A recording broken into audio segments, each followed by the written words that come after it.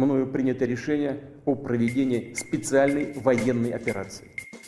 We are under attack. It is an attack against Western democracies and on the institutions that bind them. What Russia's much more interested in doing is depicting the West as a failure. The regime and President Yanukovych, they were trying to protect their enormous wealth.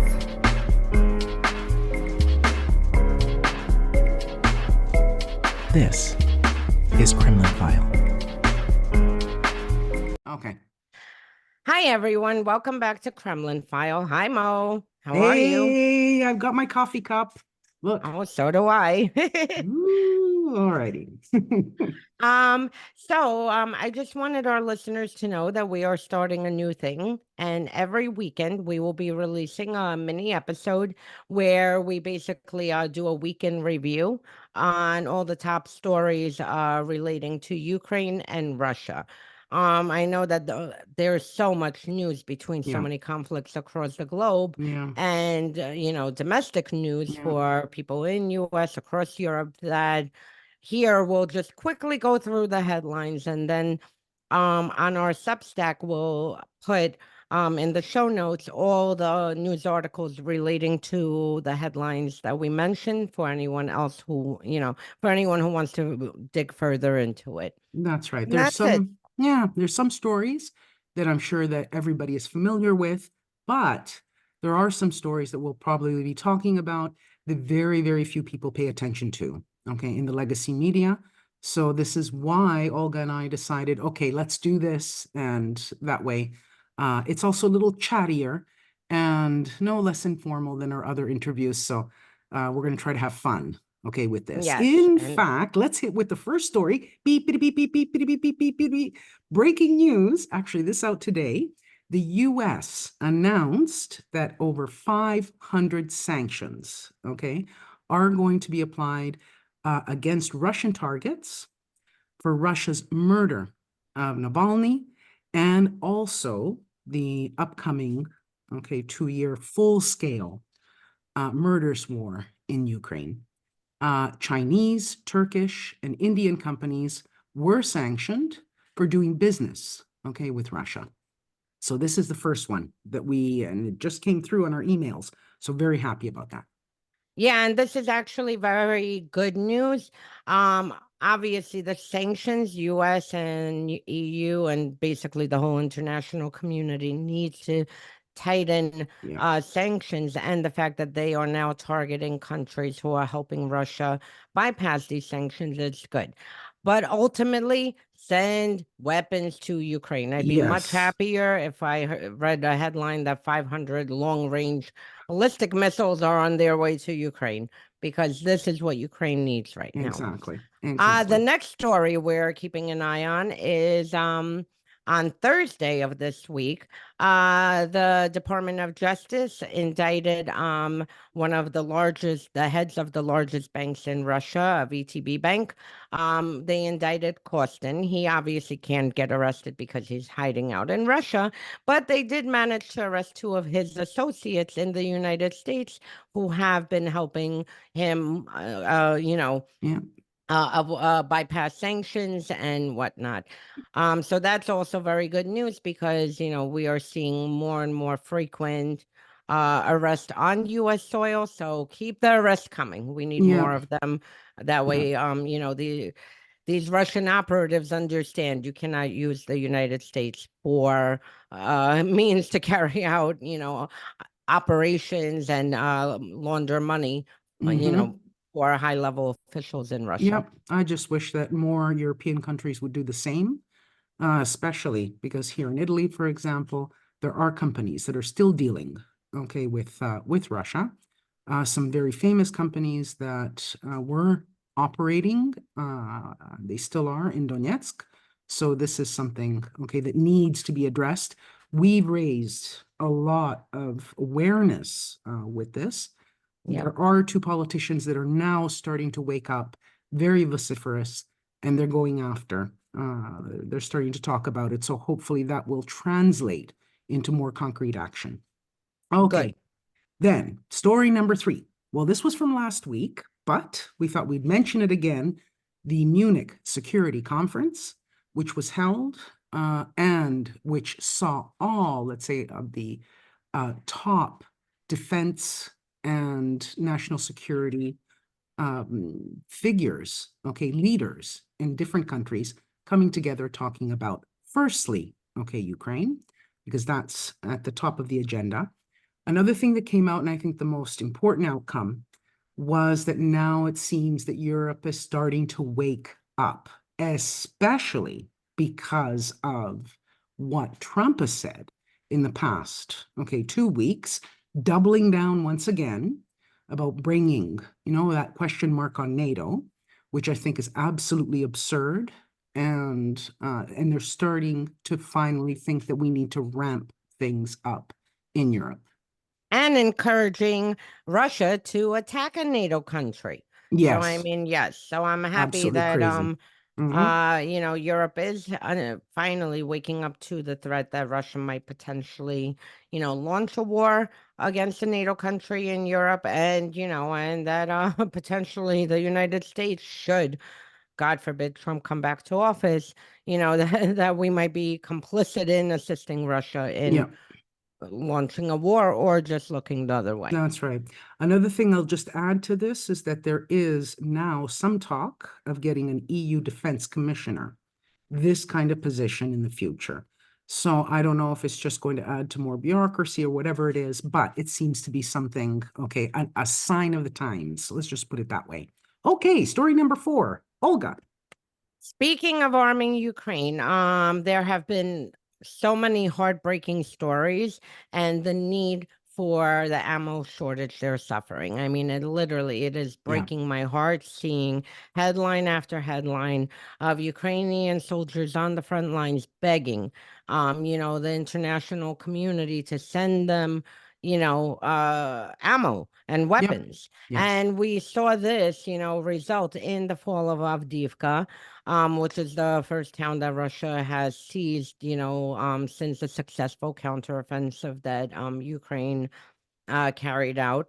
Actually, no, I'm sorry. In Bakhmut, they took a year ago, and then yeah, this. So, Ukraine has been doing an excellent job holding, yeah, Russia back. But I mean, holding Russia back is not enough. It shouldn't be for as long as it takes. It no, should be we need to arm Ukraine, let them finish this war so we can all move on and get every single Russian out of Ukrainian soil. absolutely. Um, so I think that's extremely important. And then what is more disheartening and frankly reprehensible is the fact that, the Speaker Johnson decided to send Congress on vacation. They have been blockading aid since October. Speaker Johnson since November. Yep, So now they felt it was a good time to go take a vacation, for a few weeks.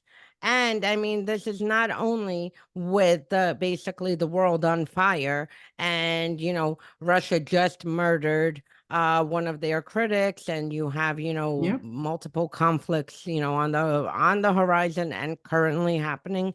But we also have in the United States, we need to keep the government open, and that expires in a few weeks. So, like, when he gets back, he literally has a few days to get his psycho caucus on, on on to I'm sign gonna off. put that out. The Psycho Caucus. That's gold, No, gold, but Olga. it is to get I to keep our know. government open, and we need our government open because we at the same time have the FBI warning of various threats for US homeland.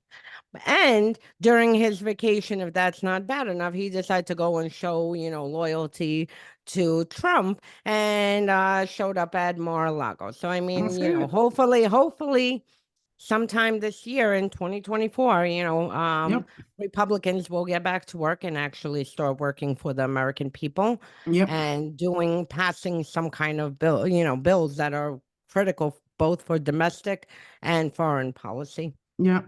Perfect, perfect. Yeah, maybe he went down to go and get those little golden running shoes.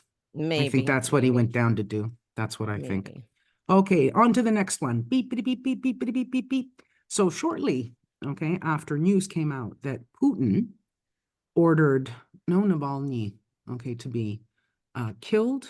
News came out from Spain that Russia sent a hitman to murder a Russian defector who flew his plane into Ukraine last year. I think everybody will remember this story because he's a defector.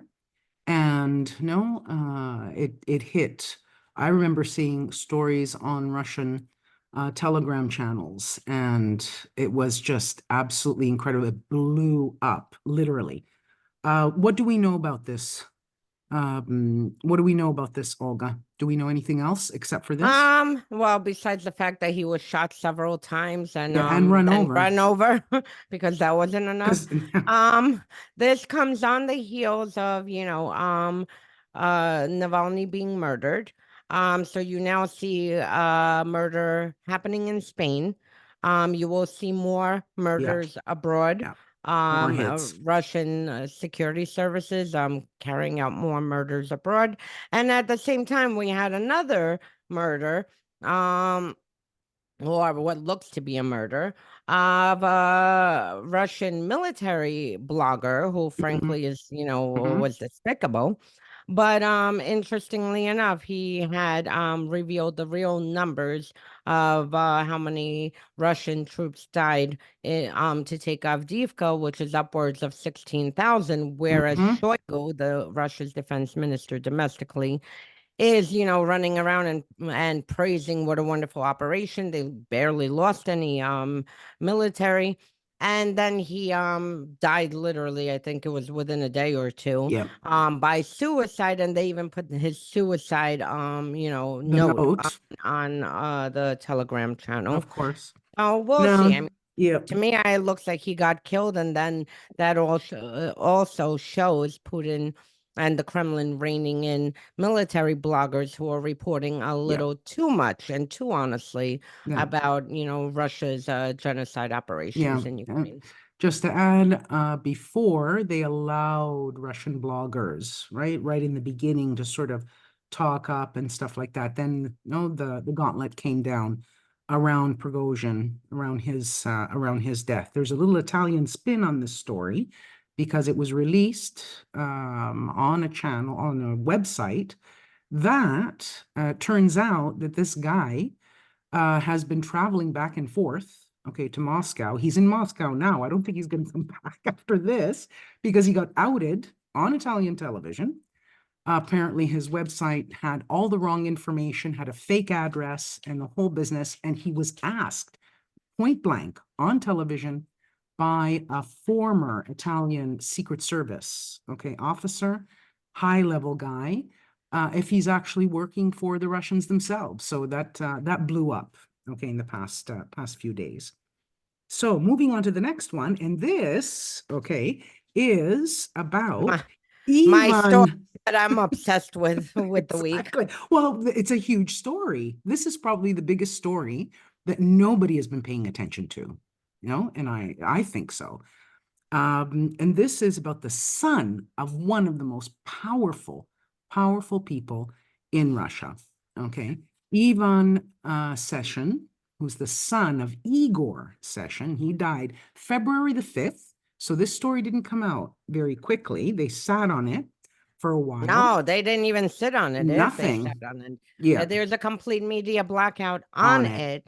And the only reason that it came out is because someone was tipped off to look at the Russian inheritance registry, or the hair registry.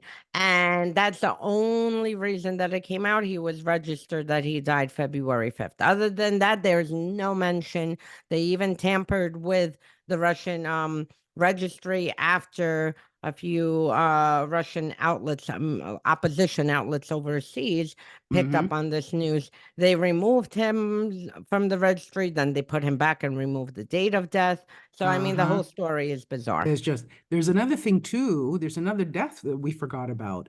Ivanov. No? Oh, yeah. Yeah.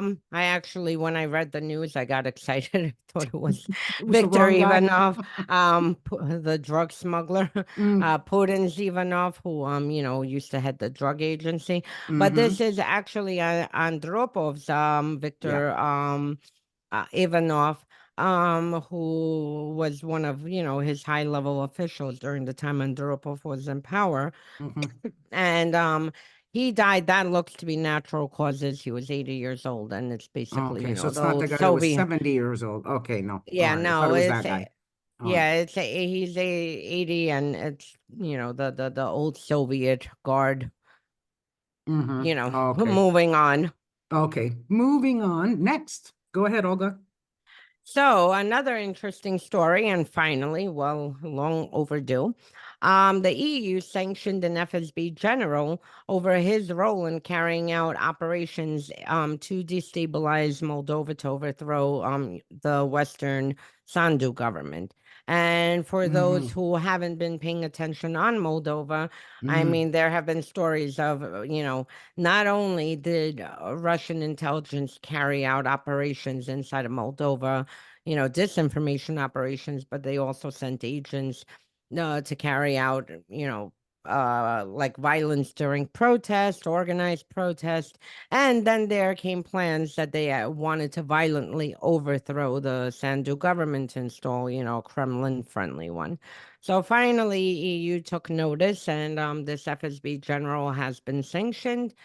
And it'll be interesting to see, Mm-hmm. how many more, because there Yeah. definitely is a whole unit inside of Russia that is focused on Moldova. So we'll Yeah. see where that goes. There was also news, I think it was today, about how either the Russian government or is it the Transnistrian people are going to be asking Russia for recognition.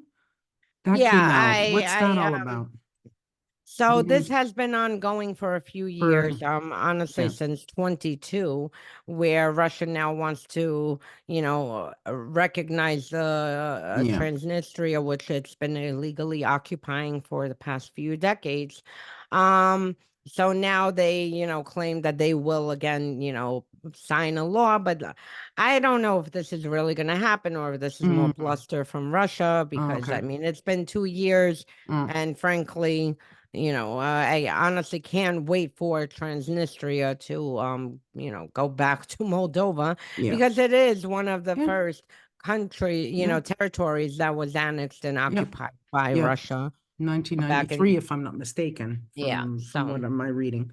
hmm Now, while the West is taking their time to send long-range missiles to Ukraine, dictators, let me repeat that, dictators work on a timely schedule, okay, as news out of Iran, okay, that we're learning now, that Iran has joined North Korea in supplying Russia with ballistic missiles to murder more Ukrainians, okay?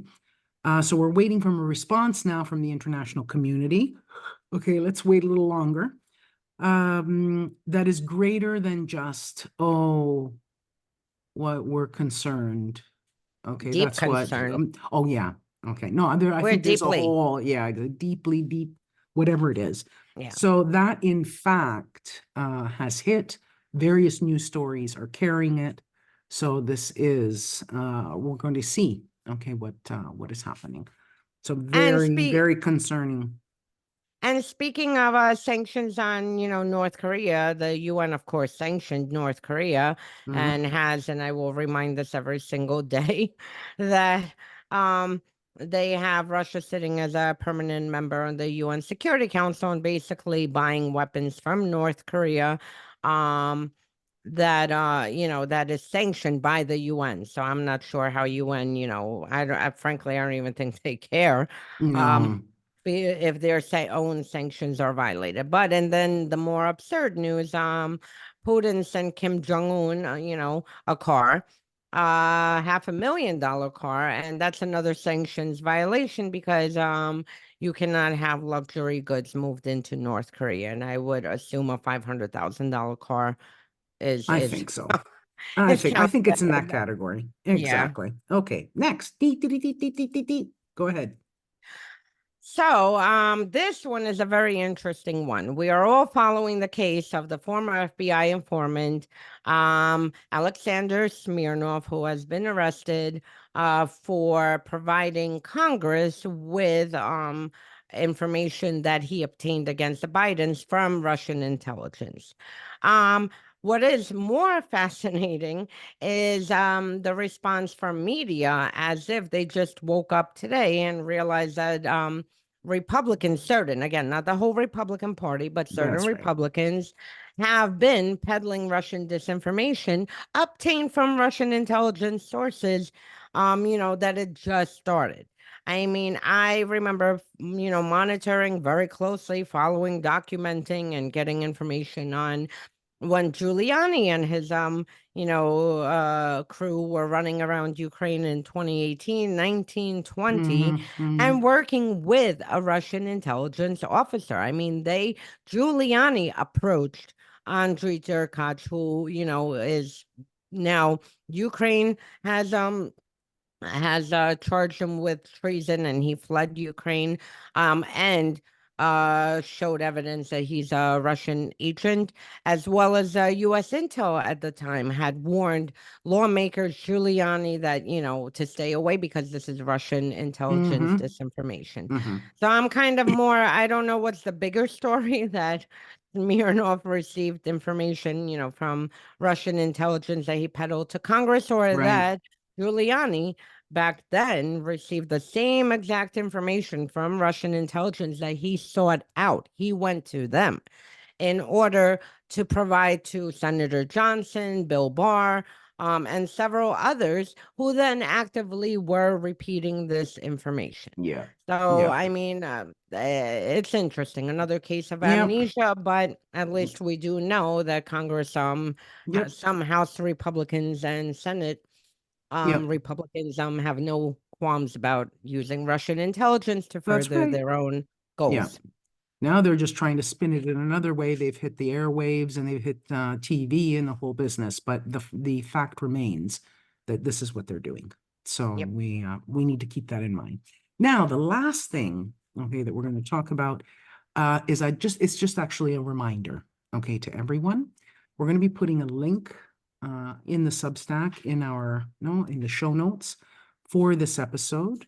And it's about the March for Ukrainian Victory, which is going to be held on February the 24th.